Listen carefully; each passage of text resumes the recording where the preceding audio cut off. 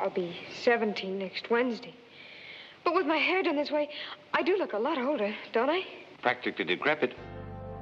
She was the teenage starlet who took a nation by storm. She was such a gorgeous, gorgeous lady, and you just looked at that face, and you couldn't help but fall in love. She starred opposite the most dashing leading men of her day. She was a great girl. She was a very earthy girl, liked to laugh, and she was a lot of fun. Maybe I don't know all the answers, but I know some of them. But behind the veneer of glamour and success loomed a family legacy of chaos and strife that Linda Darnell spent a lifetime trying to overcome. My mother is a remarkable person. She could lose so much and rise to the occasion. And the promise of her youth had yet to be fulfilled before her tragic and untimely death. Her personal life was far more poignant than anything she ever portrayed on the screen.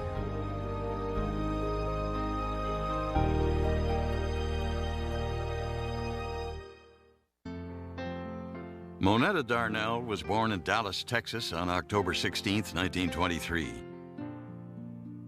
Her mother, Pearl Brown, had fled a stifling life in rural Tennessee while still in her teens, with dreams of becoming a famous actress.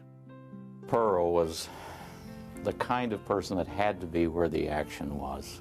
She was a very dramatic woman living in a very simple, undramatic environment, and she wanted out of that. But by the age of 29, after a series of wrong turns and tragic mistakes, the emotionally unstable young woman found herself working as a domestic servant in the dusty town of Dallas. When a shy and soft-spoken postman named Calvin Darnell proposed marriage, Pearl believed he was her last chance at happiness. 3 years later, the couple's first daughter, Undine, was born, and Pearl was determined that the child would become the actress she herself had always wanted to be. She tried everything in the world to get me to loosen up and kind of do something. In fact, I even took guitar and violin, of all things, but I couldn't learn a note. Pearl would not be discouraged, and when a second daughter, the beautiful dark-eyed Monetta, was born, she redoubled her efforts. Pearl was hell-bent that one of her children would be in showbiz. Monetta comes along, this beautiful, extremely beautiful girl. She was programmed practically from birth to accept that that was going to be her fate. But little Monetta grew up in a chaotic home dominated by her increasingly eccentric mother and surrounded by a menagerie of outlandish pets, including a house-trained rooster named Weedy. Oh, Weedy. He was quite a rooster. He had his own little pillow and his own bed in the house there, and he had a plate at the table. Overwhelmed, Monetta's father became more and more withdrawn. The family, which now included another daughter, Monty, and a son, Calvin, were often left to fend for themselves while Pearl dedicated herself to grooming Monetta for stardom. When Monetta was 4, she was enrolled in music and elocution lessons, and within a few years, the bright and talented girl played the piano, recited poetry, and performed skits with the neighborhood children. She pushed and pushed and pushed and dragged Mother around, and Mother, being the good child, did it. Certainly Mother had the raw material to work with, but my grandmother was determined. By the time Monetta was 11, she was not only studying dance and drama, but had become a regular on the beauty pageant circuit. Pearl had her in every show, pageant, beauty contest available. Pearl did not have a lot of resources at her disposal. So the fact that she was able to do this was pretty remarkable. At the age of 13, Monetta was pushed by her mother to lie about her age and soon added modeling to her already busy schedule. Monetta was always thrust into a world that was older than she was. So she was really denied a childhood. In 1937, Monetta entered Sunset High School. But her adult dress and makeup intimidated her less sophisticated classmates, and she found it difficult to make friends.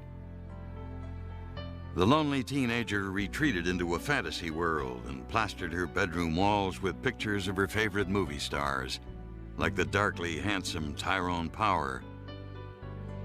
Moneta saw her favorite films over and over again and began to imagine a glamorous life for herself on the silver screen. And it seemed her fantasies might become reality when her mother secured an audition with Ivan Kahn, a visiting 20th Century Fox talent scout. She was very physically mature, very beautiful, had that shapely, dark face with those wonderful eyes and that very innocent look, and he thought there could be a great future for her. Kahn quickly arranged a screen test at the Fox studios in Los Angeles. An exhilarated Moneta, her mother, younger siblings, and their pet rooster, Weedy, all boarded the train for the long trip to Hollywood, along with another young hopeful, Doris Bowden. She was so young, and she looked so happy, so excited. She was a darling, self-expressive girl. When they arrived in the land of palm trees and movie stars, both Pearl and Moneta believed their dreams were finally coming true. Fox set up a rigorous schedule for the nervous ingenue to polish her acting technique and lose her Texas drawl. But 2 weeks later, the bubble burst when studio head Darrell Zanuck learned Moneta's true age. Darrell Zanuck had no idea she was 14. And when he discovered that, he was horrified. So they said, well, you are too old to play children's part, but you're too young to play adults. So they told her to go home and keep in touch with us and send us pictures every so often. Moneta felt humiliated and dreaded returning to Sunset High empty-handed. Believing stardom would guarantee love and acceptance, she became more determined than ever to succeed and started up a lively and assertive correspondence with Ivan Kahn, beseeching the talent scout not to forget her.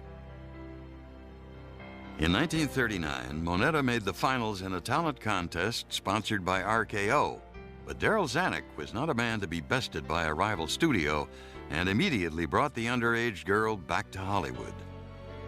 Pearl's reputation as a meddlesome stage mother had preceded her, so Fox made arrangements for 15-year-old Moneta to stay at Hollywood's Studio Club, a renowned safe haven for aspiring actresses, while Pearl returned to her husband in Dallas and drank away her bitterness.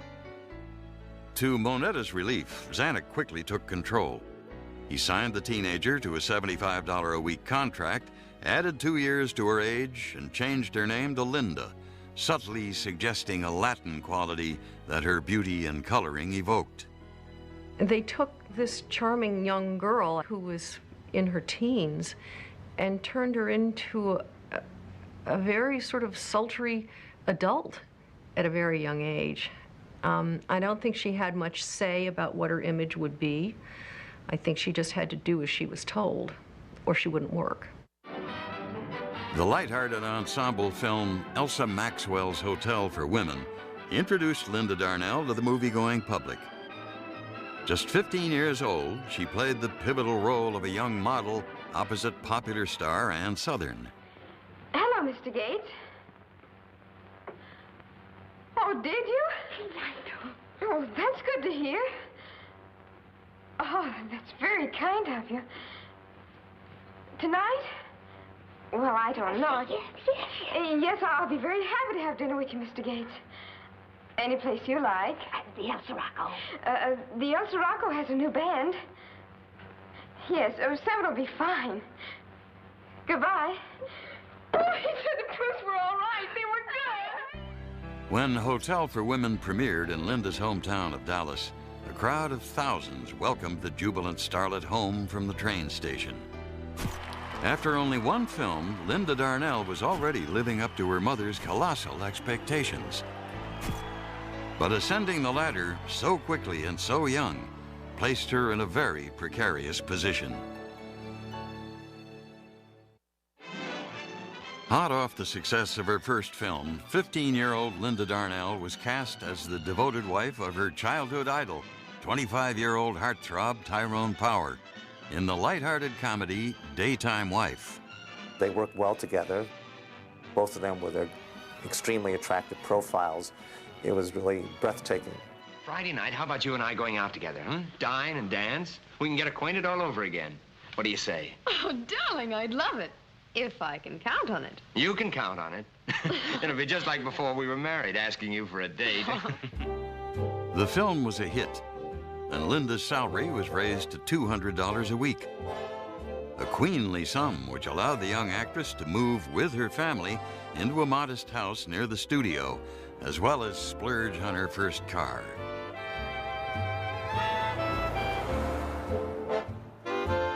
In 1940, the talent scout who had discovered her, Ivan Kahn, along with his wife Jessie, wrote the original story for a movie loosely based on Linda's own quick rise to fame.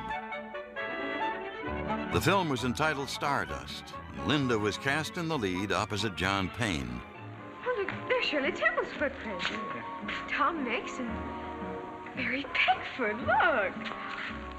Say, step in them. Oh, no, but there are too many people. Forget the people. Step in them. Right. Wow, they fit like they were made for you. Say, do you suppose I could be a lucky omen? Why not? I'm not superstitious, but I could tell there was something, well, above the average about you. You know, same as there's about me. Stardust proved another popular picture with both critics and audiences. And on March 18th, 1940, the jubilant 16-year-old secured her place in Hollywood history. Linda Darnell registers in concrete, the Sidewalk Hall of Hollywood fame. The 20th Century Fox star tries her penmanship at Sid Grauman's Chinese Theater. Now the handprint. Such hands for such a nice girl. Oh, gee. So it does tell you that Linda's meteoric rise was pretty remarkable, that now she's having her footprints and handprints planted with the likes of Al Jolson and Bing Crosby and legendary figures. That same year, Linda was cast opposite Tyrone Power in two more hugely successful films, Brigham Young and The Mark of Zorro.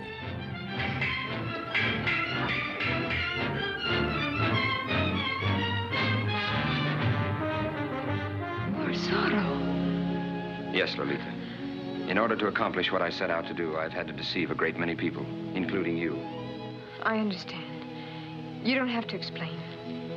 You came here to tell me that asking to marry me was just part of the game. Oh, no, Chiquita. No, that's the one real thing about this whole masquerade. Oh, go quickly. Ride with me tomorrow. Oh, yes, but go.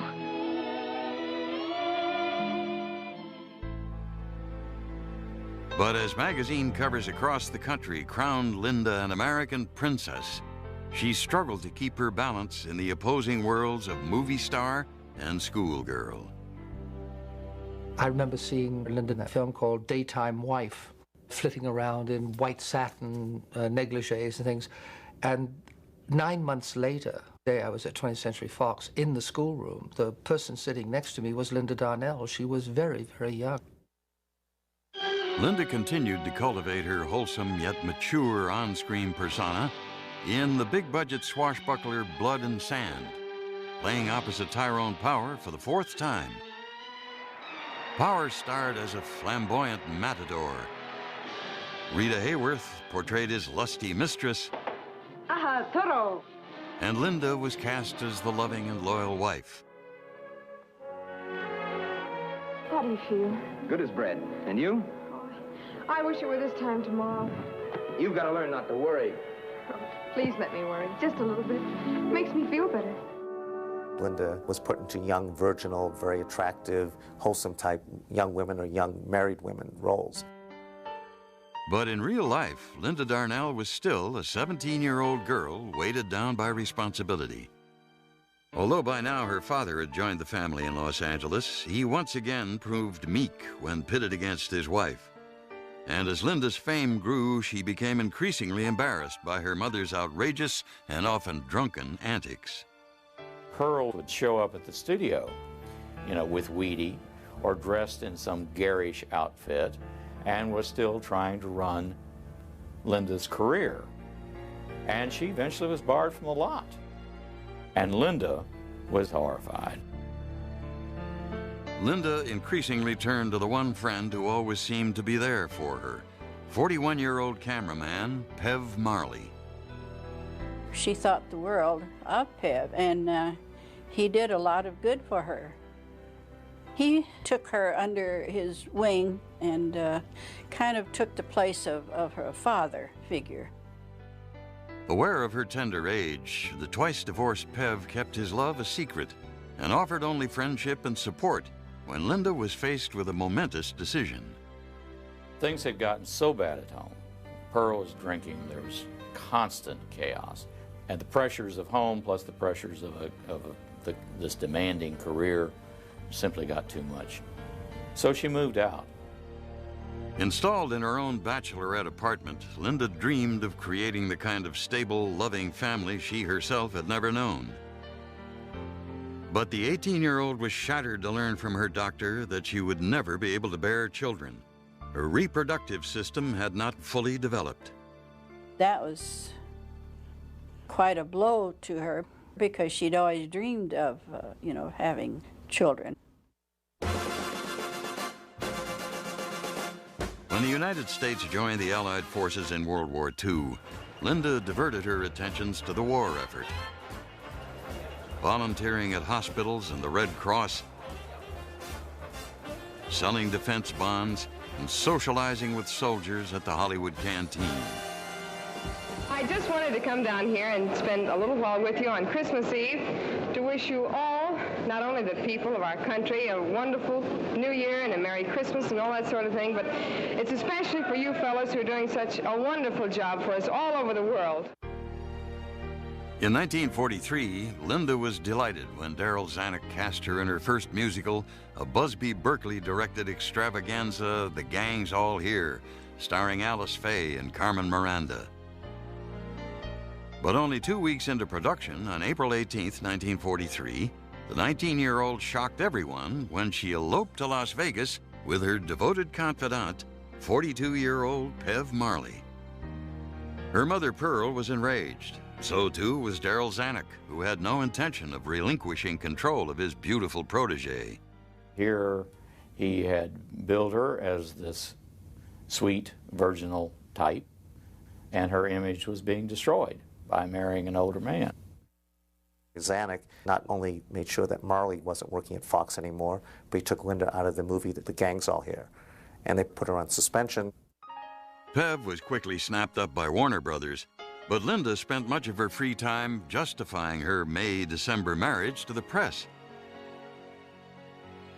When the reaction from her fans appeared sympathetic, Zanuck recanted, but kept Linda under his thumb by casting her in a string of secondary roles, such as the Virgin Mary in the Song of Bernadette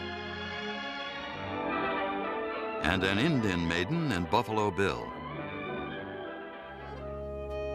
But when the studio loaned her out to United Artists, she played a tantalizing Russian temptress in Summer Storm, and a provocative photo spread introduced a new Linda Darnell to the public. For Linda, this was a tremendous departure. They made a couple shots of her looking very sultry, sitting there in haystacks with that come-hither look. So, tremendous contrast suddenly from being the Virgin Mary to being anything but the Virgin. With Pev's encouragement, Linda capitalized on the publicity by demanding more substantial and diverse roles. In 1945, she played a sexy femme fatale in 20th Century Fox's Hangover Square, opposite Laird Cregar. Well, it's awfully late, George. I've worked awfully hard to finish it. I really would like to play it over for you. Really, George, I have got such a head. Oh, you've no idea. Oh, I'm sorry. Thanks for coming over. I'll see you in the morning, darling. Good night. Good night, Linda. With her new image as a seductress, Linda won a choice supporting role as a sultry waitress in Fallen Angel. opposite Dana Andrews and Fox's reigning leading lady, Alice Faye. Mr. Zanuck was building up Linda Darnell, who was a beautiful, beautiful gal. So I had the lead in it, but not when he got through with it. So he built her part up and just kind of cut me out of it. You get this last night? Wait till we're married and then ask me. Till then, I don't have to tell you a thing. We're as good as married. But while Linda's characters were taking on darker hues, so too was her personal life. Pat was quite a drinker. He drank straight, and so he taught her to do that. Well, that gets to your brain after a while. When Linda drank, her personality turned volatile and hostile, and she seemed unable to control her moods. She and Pev began to argue incessantly, and as her 3-year marriage started to crumble, Linda accepted a luncheon date with eccentric billionaire Howard Hughes. Well, Howard Hughes flies them to San Francisco to have lunch at the Fairmont Hotel. He's taken a whole floor. He's got musicians playing during lunch. She had never had this kind of attention before, and she was naive enough to think that he was serious about this, that this was something special. Linda separated from her husband and believed that she would marry the world's most eligible bachelor. But when she realized the enigmatic tycoon had no intention of settling down, the dejected actress turned to the bottle for solace. By 1945, Linda Darnell was one of Hollywood's most beautiful and popular actresses. But with her marriage on shaky ground and a growing dependency on alcohol, the 22-year-old feared that stardom had come at too high a price. Oh, my darling. In 1946, Linda Darnell delighted audiences with her portrayal of a hot-blooded Mexican prostitute in director John Ford's My Darling Clementine. What are you doing here? None of your business. Why don't you behave yourself? Get out. Go on back. I'm not getting out till she leaves town. You want me to take you over my knee and You take your hands off me. Leave me alone. What do you know about it anyway? What do you know about Doc and me? We was going to Mexico and get married. Yes, he was going to marry me. Till this Miss Milkface comes pussyfooting along and... But as the post-war economy boomed, film budgets escalated. And in 1946, 20th Century Fox embarked on its most ambitious epic yet, Forever Amber, the bawdy story of an amoral courtesan in 17th century England.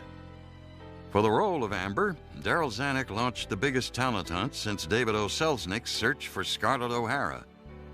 It was a kind of a rat race for a while. Everybody was either clamoring to be tested or announcing that they were going to be tested. As Fox's premier leading lady, Linda believed that she was a shoo-in for the coveted role. But Zanuck shocked all of Hollywood by casting 19-year-old Welsh actress Peggy Cummins as Amber. But when she proved too inexperienced for the part, the studio head turned to a triumphant Linda to rescue the project. Believing this was the opportunity of a lifetime, Linda submitted to a rigid diet, allowed her dark hair to be bleached blonde, and immersed herself in the steamy role opposite Cornell Wilde. Amber, You can take him with you now. I'll tell Nan to pack his things and send them over. There's no need to hurry. I can delay my sailing. No. It's better this way. You should understand that, Bruce. You've always hated plottings. And besides, I have 1,000 things to do. The hairdresser and the milliner, and the arrangements to make for the dance I'm giving for the king. I'm inviting the whole court, and the foreign ambassadors as well. And I'm having 50 fiddlers and that dancer of Castlemaine's to entertain my guests. Oh, go! For the love of heaven, take him and go! But after overzealous censors edited out the film's most provocative love scenes, Forever Amber failed to live up to its hype. And Linda was humiliated when critics panned her performance as wooden and one-dimensional. When the movie finally came out, it proved to be a success with the public, but bombed with the critics. She'd hoped that this part would do it for her, but it just didn't happen. With no one else to turn to, Linda reconciled with Pev, but her continued drinking led to ferocious arguments. Hoping a baby would cement their tenuous union, they began adoption proceedings. And on January 11th, 1948, the couple adopted a 6-day-old baby girl, Charlotte, whom they nicknamed Lola. She was so excited and so happy that she was going to at least, at last get a child. She was quite proud of her. After only weeks of motherhood, Linda began work on Unfaithfully Yours, a sophisticated black comedy. Directed by Preston Sturges, Linda shined in the role of a jealous symphony conductor's wife opposite Rex Harrison. Wouldn't you like to go dancing with Tony? With Tony? Have you ever seen Tony dance? I saw him once with Barbara, and he gets up on his toes like a rooster, and he pushes you over sideways, and then he shoves your head back till you think it's going to drop off. Why, compared to him, you look like Arthur Murray. I don't need any compliments, thank you. You are not getting any. Her career continued to flourish when she was cast in the prestigious film A Letter to Three Wives. Written and directed by Joseph Mankiewicz, Linda revealed a new dimension to her acting ability in her role as a cynical gold digger with a tender heart, opposite co-stars Gene Crane, Ann Southern, and Kirk Douglas. Linda had the really smart, funny part, the part that people would remember, because she played a part that required her to be very brazen, very brassy, and to have a lot of witty dialogue. It's him. I guess so. You got everything? Where's your purse? Right there. He's out in front, in a car a block long. But what are you waiting for? Relax. He just blew his horn again. That ain't Gabriel. Relax. My nerves can't take this. Laura May, what are you waiting for? That's what I was waiting for. Sadie, would you be good enough to answer the door? Well, my union don't like me doing this kind of thing for free, but okay. Anybody wants me can come in and get me. This ain't a drive-in. Well, I never. A Letter to Three Wives was a huge popular and critical success, and Linda received the best notices of her career. But the film brought mixed blessings. Linda had fallen in love with the charismatic Joseph Mankiewicz, and despite the fact that both of them were married, the two began a tempestuous affair.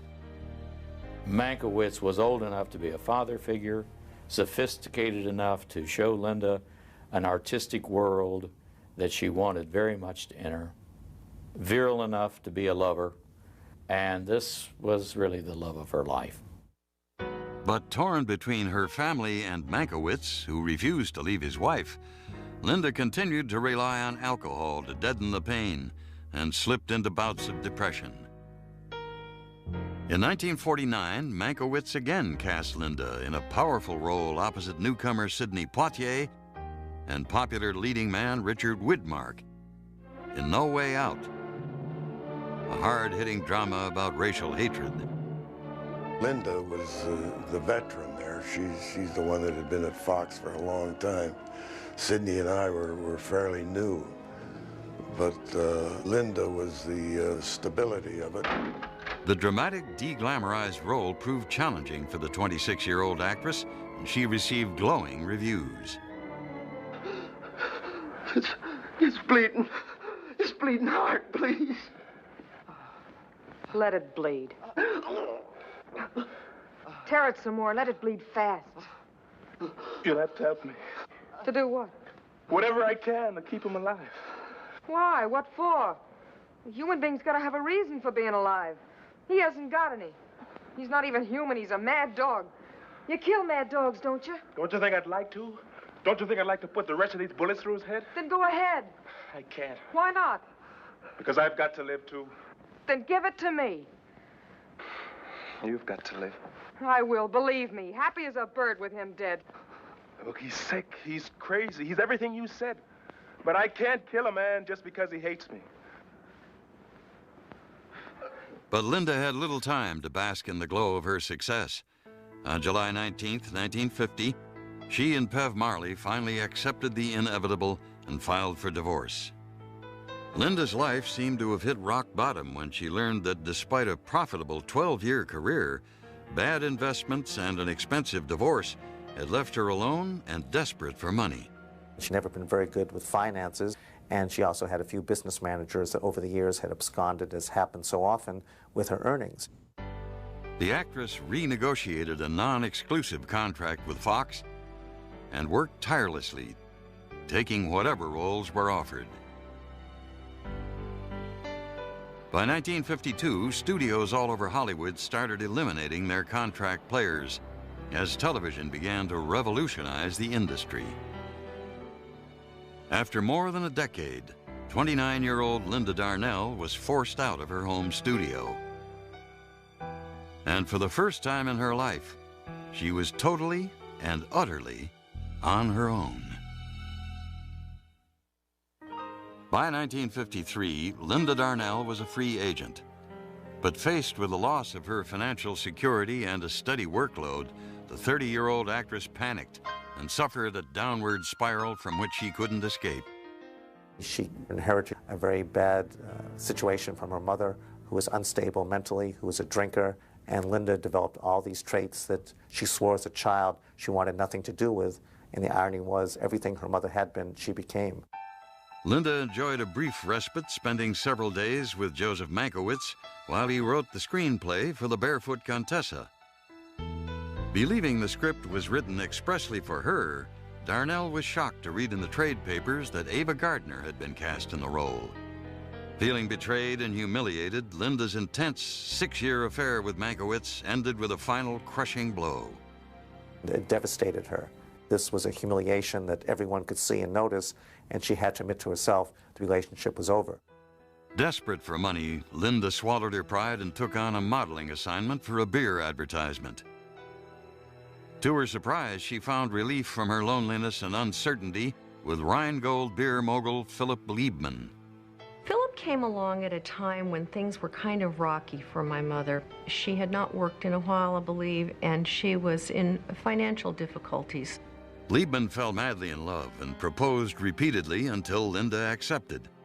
The couple married on February 25, 1954, and settled in the affluent suburb of Rye, New York. Philip wanted her to be by his side all the time, so he would travel all over the world. But she just wasn't ready to give up her career. Riddled with guilt that she had married Philip for the wrong reasons, Linda became despondent. And in 1955, she decided to end the marriage and return to Hollywood. But in the 4 short years since her reign as Fox's favorite leading lady, Linda's drinking and emotional turmoil had taken their toll, and at 33, she appeared bloated and past her prime. Test 1, take 1. The veteran of 40 films now suffered the humiliation of being required to audition for work, as she did in this 1956 screen test for The Wayward Bus. Hey, that stuff ain't medicine, you know. It's supposed to be fun. With you, it ain't fun no more. Well, it's those shiftless kids. They make me so nervous. I gotta have something to relax me. Besides, you keep telling me I don't look good anymore. Said you did look good. Just a couple of minutes ago, I said it. And what happened to our day? The nice one, huh? Oh, it's still here. We still got it. No, we don't. It's shot. It and a lot just like it. But, Johnny, we get along most of the time, don't we? When British newcomer Joan Collins was cast, Linda feared her film career was over. Trading on her name, Linda Darnell accepted work where she could find it, in regional theater. In 1956, after 6 weeks of rehearsal, she nervously made her stage debut in A Room Full of Roses in Phoenix, Arizona, and immediately went on tour in a road production of Tea and Sympathy. Linda was a good stage actress. She enjoyed the challenge. I mean, she really enjoyed doing a demanding role like Tea and Sympathy, which she did several times, and apparently was quite good. And certainly her reviews were good. Linda was encouraged when she finally made it to Broadway for a production of Harbor Lights, but the show closed after only 4 performances. With her self-esteem crumbling, she drank constantly, and her relationship with 8-year-old Lola grew increasingly volatile. Every time Linda would get into one of her drinking bouts, Lola had to stay out of the way. When she got drunk, Linda, just like her own mother Pearl had done, she would get very violent in her temperament and really lash out. All alone with nowhere to turn, Linda was at her breaking point when she met a handsome American Airlines pilot named Merle Robbie Robertson. This time, the actress didn't have to be coaxed. She was wildly in love. And on March 3rd, 1957, 33-year-old Linda married 39-year-old Robbie, with Lola serving as flower girl.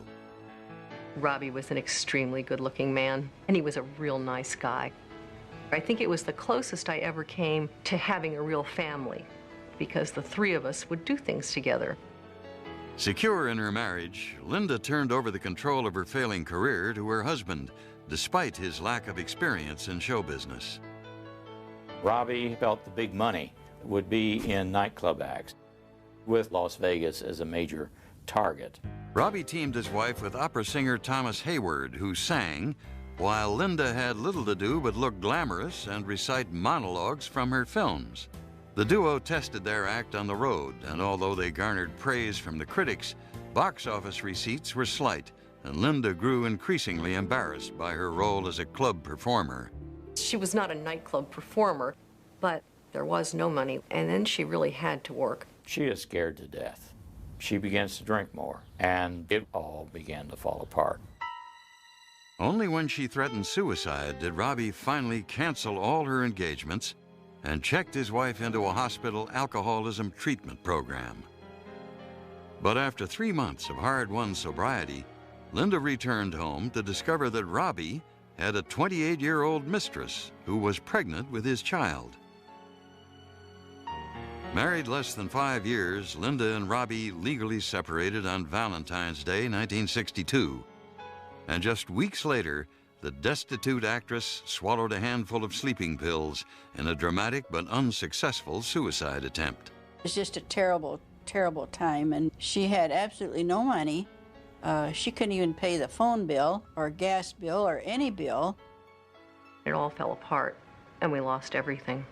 To work all your life for something, achieve so much, and lose it all. It was very devastating for Mother. As in the past, Pev Marley was there to pick up the pieces and moved Linda and Lola into a small apartment in a suburb of Los Angeles. Not yet 40, Linda Darnell had loved and lost. She'd been forced to reinvent her career countless times. But she was not ready to go quietly into the night and gathered her courage to move once again onto center stage. The holiday season of 1963 was a trying time for 40-year-old Linda Darnell. Her relationship with her teenage daughter deteriorated as Lola fought back against her mother's drunken tirades. And it was with Linda's blessings that Lola moved in with her father, Pev. But less than a month later, both mother and daughter sustained a devastating loss when Pev Marley died of a cerebral hemorrhage. My father was one of the constants in her life, one of the few constants. He was always there, one way or another. Mother and daughter came together to mourn, and Lola agreed to work as an apprentice on Linda's 1964 tour of the theatrical comedy Janice. When they opened in San Antonio, Texas, the theater was filled to capacity every night. And the place would just go wild. They loved her. They remembered her. It gave her great hope that she really could bounce back. She could keep working in a different way. She loved the stage, and she was becoming a wonderful actress, and certainly a grand person to be around. I gained a real appreciation for how hard she worked and what a perfectionist she was and how very professional she was. Linda's success was made all the more sweet by her vastly improved relationship with Lola. She was a remarkable person that summer. We both had to feel our way through it because she had not been a parent for years. She hadn't taken care of her child, and we had to find our way through it that summer, and it was a very nice thing. I'm very grateful for it. In September, the two excitedly returned to Los Angeles for Linda's first picture in 7 years, Paramount's low-budget Western, Black Spurs. She came on the set, and it was as if she had never been off the screen.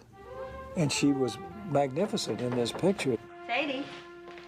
Well, Bill Henderson. Howdy. When did you and Swifty hit town? We just got in. Listen, Sadie, Santee wants to see you and the girls over in Kansas. Oh? What's it all about?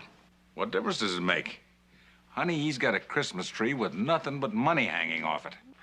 All right, ladies, let's go upstairs and get packed. We are going places. The minute it was announced that Linda Darnell was coming back to the screen, I started getting calls from all the studios, producers wanting to see the film. She knew, they all knew she was a fine actress. They wanted to know after 7 years how she looked. And she looked so gorgeous. She looked so beautiful. Optimistic about the resurgence of her popularity, Linda decided to visit some friends in Chicago. I called her in Chicago and said, Linda, there are 3 other offers. The studios want you for these pictures. I said, I have the script. She said, I'll come back in a few days. We'll read it and we'll talk. But Linda's comeback was not to be. On Friday, April 9th, 1965, in the early hours of the morning, Linda awoke to intense heat and found the living room of her friend's apartment filled with flames. By the time that they realized what was going on, there was no way to escape down the steps because there was just too much flames and too much heat. Linda's friends narrowly escaped from an upstairs window, but Linda had disappeared behind a veil of smoke. When firefighters finally found her, she was unconscious with third-degree burns over 90% of her body. Linda was rushed to Cook County Hospital, where a team of doctors worked frantically to save her life. She did not know how badly she was burned, and she, I don't think, thought she was going to die. But anyone around her could see that she couldn't live. It just couldn't be. On April 10th, 1965, 33 agonizing hours after the fire, Linda Darnell died at the age of 41. It was a tragic end to what once had seemed like a true-life fairy tale. Triumphing over incredible odds, Linda Darnell graced the world with a screen legacy of luminous beauty and sophisticated charm. And for those who loved her, she offered the inspiration of a vulnerable but courageous and enduring spirit. What a terrible, terrible end for a girl who started out with such beauty and innocence. Linda Darnell got the American dream of success at a very early age and suffered from too much too soon.